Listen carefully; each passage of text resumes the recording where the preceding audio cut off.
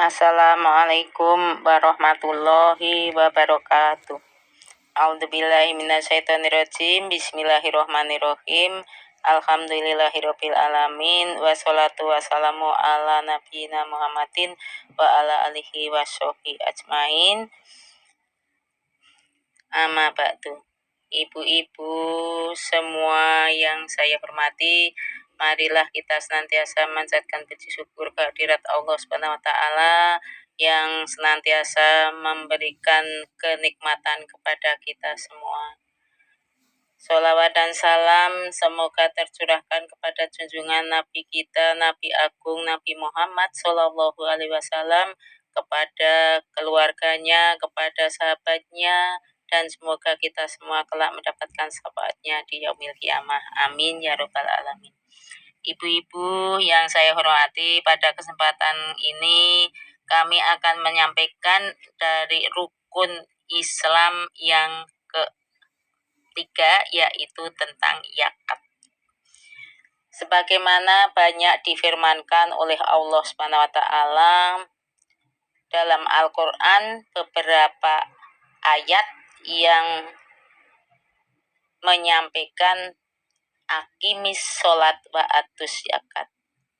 Sholat dan zakat ini dua sisi yang tidak bisa dipisahkan. Allah menyampaikan ini selalu digandengkan karena ini merupakan rukun Islam yang harus ditunaikan sama antara sholat dan zakat. Zakat nisab bagi yang sudah bernisab, yaitu zakat wajib, zakat mal.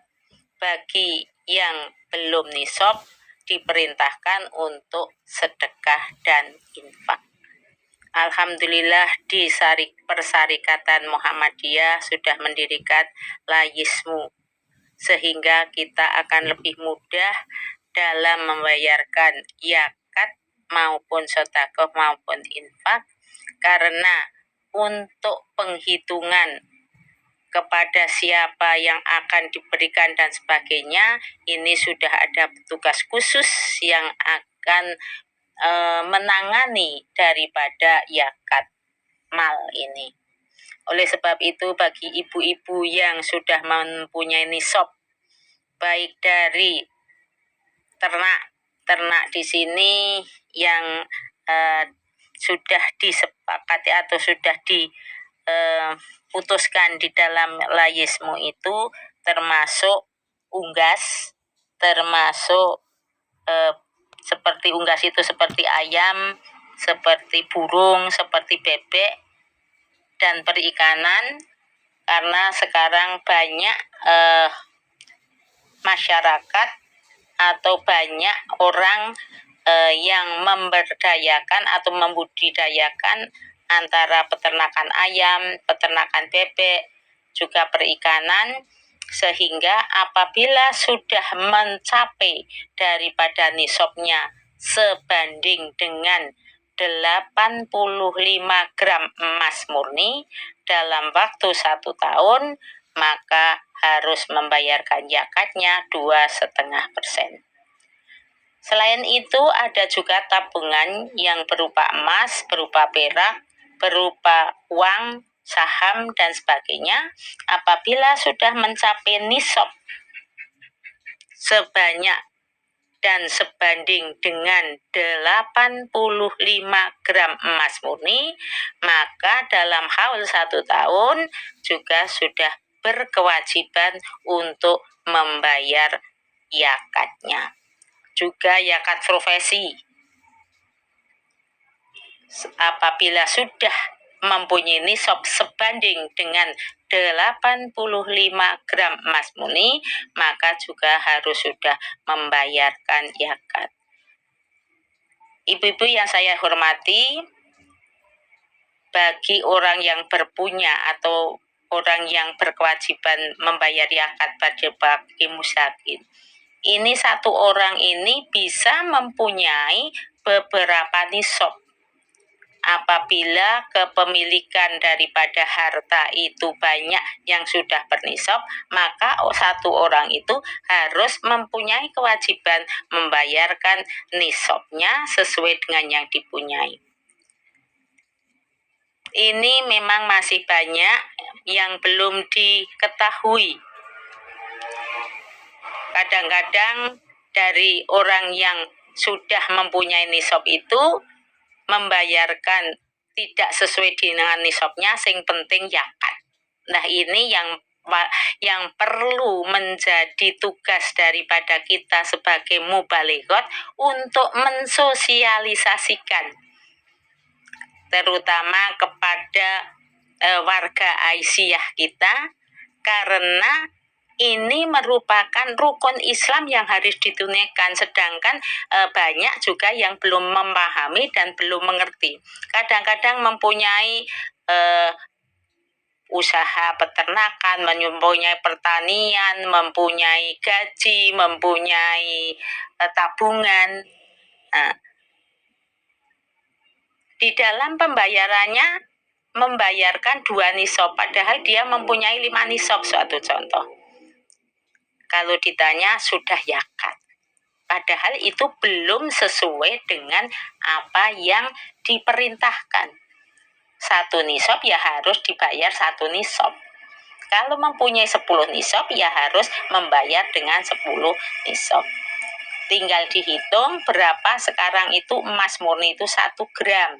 Kalau 1 gram 1 juta, maka ya harus nisabnya yaitu setiap 85 juta itu harus dibayarkan zakatnya. Ini yang menjadikan tugas daripada kita untuk bisa memberikan pencerahan kepada mereka-mereka yang belum paham, dan itu memang banyak yang belum paham bagaimana di dalam pembayaran zakat. Kadang-kadang ada yang saya sudah membantu masjid 10 juta. Itu dikiranya sudah sah zakatnya. Padahal apabila dibayarkan untuk membantu masjid itu namanya sedekah jariyah.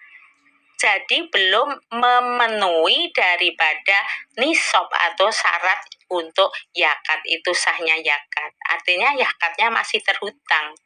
Ini banyak sekali yang kami jumpai, sehingga itu memang perlu kita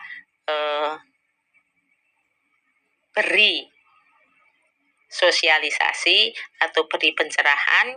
Dan apabila memang kita belum paham secara detail, kita bisa mengundang dari petugas Layismu untuk bisa memberikan pencerahan atau memberikan sosialisasi yang jelas. Ibu-ibu yang saya hormati, marilah kita dukung dengan adanya Layismu ini. Kita cerdas di dalam menghitung apa yang kita punyai, apakah kita sudah termasuk orang yang harus mempunyai kewajiban zakat, ataukah hanya sedekah atau infak. Harus kita cerdas di dalam menghitung supaya kita tidak menjadi orang yang rugi, karena di suatu saat pasti kita disuruh menghitung. Kalau kita tidak hitung di dunia, maka kelak di akhirat kita pasti disuruh menghitung oleh Allah Subhanahu wa taala. Oleh sebab itu, sama-sama orang yang beriman, orang yang tidak berpunya imannya aman wa amilu sholihat, itu akan lebih cepat besok masuk surga. Sedangkan orang yang beriman yang dititipi harta oleh Allah yang banyak, ini harus menghitung dulu selisih waktunya untuk ke surga ini tidak sama, akan lebih lama orang yang beriman yang diberi titipan harta yang banyak. Apalagi apabila di dunia kurang cerdas di dalam menghitungnya. Oleh sebab itu, ibu-ibu, dengan adanya Layismu ini kita diingatkan untuk bisa cerdas menghitung di dunia supaya kelak kita tidak akan menghitung di yaumil hisab. Paling tidak monggo apa yang sudah sosialisasikan atau yang sudah untuk kado Ramadan paling tidak itu ya monggo kita setorkan dulu ke KL Layismu PDA sehingga bisa tercatat banyak atau sedikitnya, yang penting itu sebagai suatu artinya kita itu sudah mendukung dengan adanya layismu itu apabila kita sudah menyetorkan yang untuk kado Ramadan itu kan termasuk sedekah itu. Termasuk sedekah untuk yatim piatu, untuk duafa, untuk guru-guru PAUD atau guru-guru TPQ dan lain-lain. Ini akan bisa membantu daripada layismu karena bisa tercatat di dalam kas layismu, sehingga apa yang menjadi cita-cita layismu ini bisa tercapai.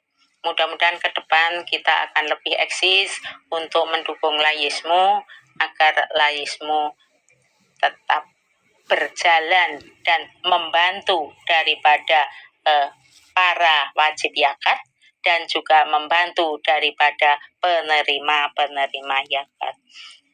Sedangkan zakat fitrah adalah zakat jiwa yang hanya dibayarkan setelah puasa Ramadan atau di bulan Ramadan ini.